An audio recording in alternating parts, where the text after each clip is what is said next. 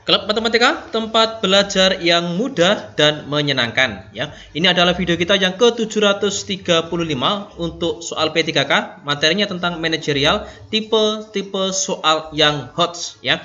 Langsung saja kita masuk ke contoh soalnya, kemudian akan kita berikan bagaimanakah cara penyelesaiannya. Soalnya panjang sekali ya. Banyak karyawan dari perusahaan yang Anda pimpin tiba-tiba mengundurkan diri. Di antaranya merupakan karyawan yang berprestasi dan berkinerja baik.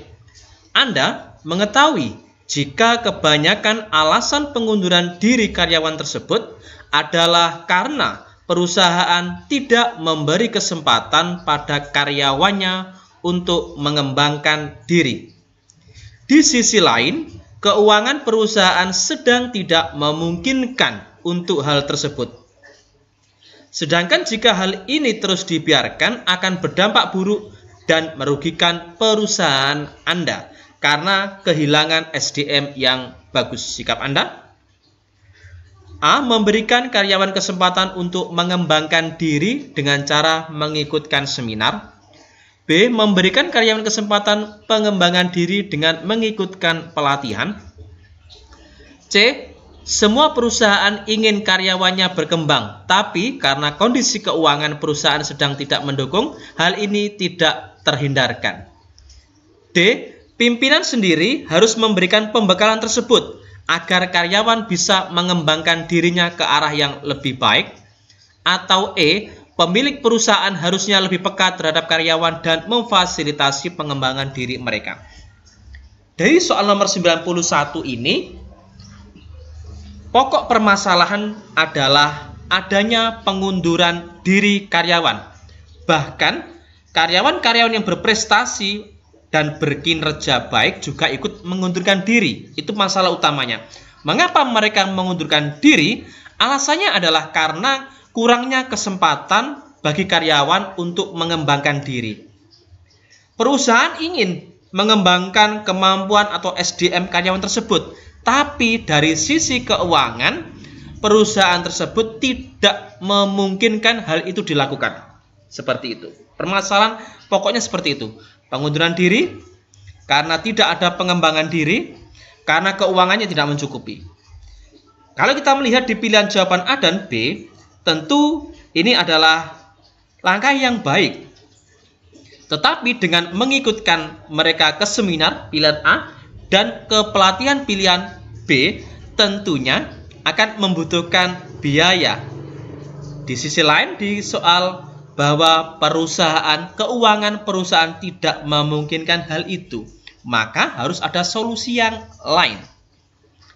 C, tentu ini sudah kondisi pasrah, tidak ada solusi sama sekali. Berarti C juga salah. Tinggal D sama E.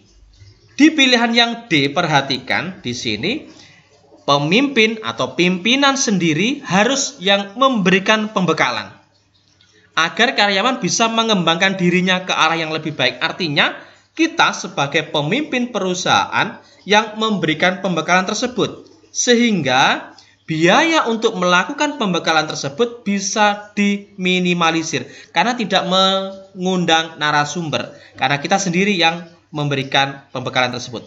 Jadi jelas untuk soal nomor 91 adalah pilihan jawaban yang D, seperti itu. Jangan terjebak untuk A sama B ya. Berikutnya di soal nomor 92, kita cermati pokok permasalahan, alasannya apa gitu ya, untuk bisa menyelesaikan soal-soal tipe manajerial seperti ini. Anda baru saja ditugaskan untuk menjalankan sebuah program di kantor Anda. Sudah menjadi kewajiban setiap staf yang ditugaskan untuk menjalankan sebuah program harus membuat laporan kegiatan. Setelah selesai menyusun laporan, draft laporan yang Anda susun ditolak oleh pimpinan karena dinilai kurang visible. Hal yang akan Anda lakukan adalah, pokok permasalahannya adalah laporan Anda ditolak. Mengapa? Karena dinilai kurang visible. Itu. Kita tinggal lihat pilihan jawabannya. A. Memeriksa kembali daftar laporan tersebut, terutama pada bagian yang salah, sehingga bisa diperbaiki dengan segera untuk diserahkan kembali. B. menerima kembali draft laporan tersebut tanpa diperiksa kembali. Bisa saja penolakan tersebut dikarenakan kekeliruan atasan saya, salah membaca, atau keliru dalam menilai laporan yang saya serahkan sehingga nanti saya serahkan kembali. C. Menanyakan rekan kerja yang lain yang ikut membantu menyusun laporan karena bisa saja kesalahan tersebut bukan dari kekeliruan saya, namun dikarenakan kesalahan rekan kerja. Hal ini dilakukan untuk mempercepat, memeriksa, dan memperbaiki bagian yang salah tanpa diperiksa setiap bagiannya. D. Menerima penolakan tersebut dan mencoba perbaiki kesalahan laporan tersebut. Akan tetapi, saya yakin kesalahan draft laporan dikarenakan kekeliruan atasan saya dalam memeriksanya. E. Menjelaskan penyebab terjadinya kesalahan dalam penyusunan laporan tersebut. Waktu pengerjaan yang sangat singkat, dikarenakan sibuk mengatur jalan kegiatan program, sehingga waktu dan tenaga banyak yang terkuras sehingga menyebabkan kurang fokus. Oke, laporan Anda ditolak oleh pimpinan karena dinilai kurang visible, sudah itu. Di opsi A, kita terima, kita periksa kembali yang salah, yang kurang tepat itu di mana? Kita periksa kembali, terutama pada bagian yang salah, sehingga kita bisa memperbaikinya, kemudian menyerahkan kembali. Itu yang paling tepat. Lihat yang B. Di sini kita memang menerima draft, tapi tanpa diperiksa kembali. Kita tanpa melanjutkan kalimat yang lain, maka pilihan B ini jangan dipilih. Menerima draft laporan tersebut tanpa diperiksa kembali berarti tidak ada pembenaran di sini, tidak ada perbaikan. Jadi pilihan jawaban yang B salah. Yang C di sini adalah kita lihat di kalimat yang terakhir. Hal ini dilakukan untuk mempercepat, memeriksa, dan memperbaiki bagian yang salah tanpa diperiksa setiap bagiannya. Lihat itu.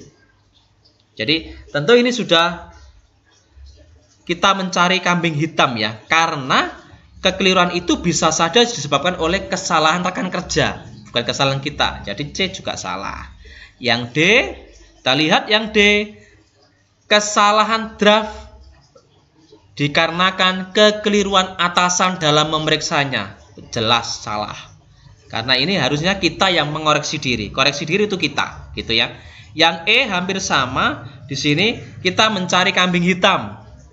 Kita mencari alasan, tidak fokus memperbaikinya, malah kita mencari alasan. Waktunya singkat, ada sibuk ini, kemudian tenaganya terkuras. Itu kan hanya alasan saja, tanpa ada solusi. Jadi jelas 92 adalah pilihan yang A. Kita periksa kembali laporan tersebut, terutama pada bagian yang salah, sehingga kita bisa memperbaikinya dan segera untuk diserahkan kembali. Seperti itu. 93. Anda ditunjuk oleh atasan untuk memimpin sebuah proyek yang dikerjakan secara kelompok. Pekerjaan tersebut memiliki deadline yang sangat ketat. Namun, anggota kerja tim Anda terlihat bersikap tidak peduli dengan tugas yang diemban. Sikap Anda sebagai ketua tim adalah, ada pokok masalah di sini adalah ada anggota yang tidak peduli dengan tugasnya, gitu aja. Anda adalah ketuanya, langkahnya seperti apa? Kita lihat yang A. Bekerja dengan sebaik mungkin sehingga bisa memberikan contoh yang baik bagi anggota yang lain. Bagi saya, pemimpin yang baik adalah pemimpin yang bisa memotivasi anggota dari diri sendiri. Bagus sebenarnya, tapi kita coba lihat pilihan yang lain. B. Tetap mengerjakan tugas saya dengan sebaik mungkin sembari mengingatkan anggota lain untuk dapat bekerja dengan sebaik mungkin. Bila melalaikan pekerjaan, bisa menerima sanksi berupa teguran dari atasan. C. Menyampaikan kepada atasan terkait anggota yang tidak serius bekerja dalam kelompok yang saya pimpin, sehingga mereka mendapatkan pelajaran agar dapat bekerja secara serius. D. Membagi tugas kepada masing-masing anggota kelompok secara adil. Saya akan terus memotivasi anggota tim saya serta terus memperhatikan pekerjaan mereka. Selain itu, saya juga tetap melaksanakan bagian pekerjaan dengan sebaik mungkin. E. Menasihati anggota tim agar dapat menyadari tugas dan tanggung jawabnya masing-masing dalam tim tersebut, karena pencapaian tim adalah hasil kerja bersama, bukan hasil kerja perorangan. Dari kelima pilihan jawaban, saya lihat di opsi yang D, membagi tugas. Ya, Kita pemimpinnya. Langkah pertama adalah kita bagi tugas tersebut secara adil, tentunya sesuai dengan bidang dan keahliannya masing-masing. Kemudian, langkah selanjutnya setelah dibagi, saya akan terus motivasi dia kepada anggota tim tersebut. Selain memotivasi, saya akan mengecek atau memperhatikan setiap pekerjaan mereka. Di sisi lain, saya juga akan melaksanakan pekerjaan yang saya lakukan dengan sebaik mungkin. Jadi, lihat, dibagi secara adil, diberikan motivasi, dipantau pekerjaannya, tapi di sisi lain pekerjaan kita juga dilaksanakan dengan baik. Lengkap sekali opsi yang D ini. Jadi jelas, 93 adalah pilihan jawaban yang D. Selanjutnya di nomor 94, saya mendapatkan tawaran melakukan kunjungan yang sesuai dengan bidang yang saya tekuni. Tetapi di rumah istri saya sedang sakit. Yang saya lakukan adalah menolak dengan alasan menjaga istri, menolak barangkali memang bukan rezeki saya, menolak karena suatu saat pasti akan ada tawaran yang sama, D. Menerima tawaran tersebut dengan syarat harus mengajak istri saya, atau E. Menerima tawaran setelah memastikan istri saya ada yang merawat. Oke. Di sini Anda dihadapkan kepada dua kondisi. Kondisi yang pertama adalah berhubungan dengan pekerjaan Anda. Adanya sebuah tawaran yang sesuai dengan bidang yang Anda tekuni. Artinya akan memberikan manfaat untuk Anda. Akan meningkatkan kualitas Anda. Profesionalisme Anda akan meningkat. Tapi ada masalah. Dihadapkan pada situasi yang lain. Di keluarga Anda, ini adalah istri Anda, sedang sakit. Di sini langkahnya menolak atau menerima. Tentu jawabannya adalah menerima. Kita harus menerima. Tapi ingat, menerima di sini adalah sesuai dengan peningkatan profesionalisme kita sebagai seorang pekerja atau karyawan. Jadi saya akan menerima. Tapi di opsi yang kedua, kondisi yang kedua, di istri yang sakit ini juga tidak boleh terjadi masalah. Tetap harus balance, berimbang. Kita menerima, tapi di sisi lain saya harus pastikan istri saya di rumah ini, walaupun sudah sakit, tetap harus ada yang merawatnya. Opsi yang E. Akan berbeda dengan yang D. Saya menerima tawaran tersebut dengan syarat harus mengajak istri saya. Ingat, Anda mengajak istri tersebut dalam keadaan sakit. Bisa saja, bukan malah sembuh sakitnya. Bisa saja malah semakin parah. Karena apa? Karena kita tidak bisa merawat istri kita. Karena pada saat bersamaan kita harus melakukan pekerjaan yaitu kunjungan sesuai bidang yang kita tekuni. Jadi opsi terbaik kita terima, kemudian istri kita tetap di rumah, tapi kita pastikan bahwasanya istri kita dalam keadaan baik-baik saja. Lanjut di soal nomor 95. Dosen Anda meminta Anda untuk ikut dalam sebuah perlombaan yang dalam waktu dekat akan diselenggarakan oleh universitas tempat Anda berkuliah. Dosen Anda melihat bahwa Anda memiliki talenta sesuai dengan deskripsi dari perlombaan, akan tetapi Anda tidak menyadarinya. Sikap Anda, A. Berterima kasih kepada dosen tersebut karena telah memuji Anda sebagai seseorang yang bertalenta. B. Bersedia mengikuti perlombaan dan mengembangkan lebih dalam talenta yang Anda miliki. C. Bersedia mengikuti perlombaan tersebut dan meminta bantuan dosen untuk membantu dan membimbing Anda. D. Bersedia asalkan dosen Anda selalu mau memberikan bimbingan jika nanti menemui permasalahan. Atau E. Menerima dan mengikuti perlombaan tersebut sebisanya. Oke, jelas di sini Anda punya bakat, punya talenta, tapi Anda sendiri tidak sadar talenta tersebut diikutkan dalam sebuah perlombaan. Maka kita harus bersedia atau kita harus menerimanya. Di pilihan A tentu hanya berterima kasih saja. Salah. Oke, harus bersedia. Yang bersedia ada pilihan B sama E. Tapi langkah selanjutnya adalah kita bersedia untuk mengikuti perlombaan. Langkah selanjutnya kita kembangkan lebih dalam tentang talenta yang kita miliki tersebut. Karena kita belum sadar ya. Kita tidak menyadarinya. Jadi opsi terbaik adalah pilihan yang B. Bersedia mengikuti perlombaan dan mengembangkan lebih dalam talenta yang Anda miliki. Mengembangkan lebih dalam di sini kompleks maknanya. Bisa lewat bantuan dosen, bisa lewat yang lain. Seperti itu. Oke, demikian video dari kami Klub Matematika. Kita juga buat Klub Matematika Go ASN. Ini adalah bimbingan belajar khusus dari Klub Matematika untuk teman-teman semuanya dalam rangka persiapan menghadapi tes P3K tahun ini. Paket belajarnya kita full lengkap ya, kita buat kuis setiap pertemuannya, kemudian soal-soalnya kita buat soal yang hot, kemudian mini tryout-nya kita buat setiap minggunya. Oke, setiap Sabtu kita buat mini tryout-nya.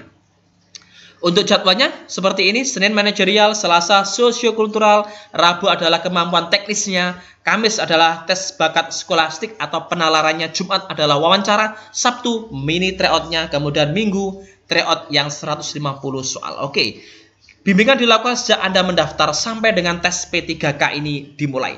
Oke, manfaatkan segera informasi selanjutnya. Ini di WA saya, langsung silakan dihubungi atau bisa diklik di kolom deskripsi di video ini. Semua fasilitas tersebut hanya Rp200.000. Sekali lagi, hanya Rp200.000. Daftarkan diri Anda sekarang juga. Semoga semua informasi ini bisa bermanfaat untuk kita semua ya, dari Klub Matematika. Jangan lupa like, subscribe, bagikan jika dirasa video ini bisa bermanfaat bagi orang lain. Terima kasih dan selalu tonton kami di video selanjutnya di Klub Matematika, tempat belajar yang mudah dan menyenangkan.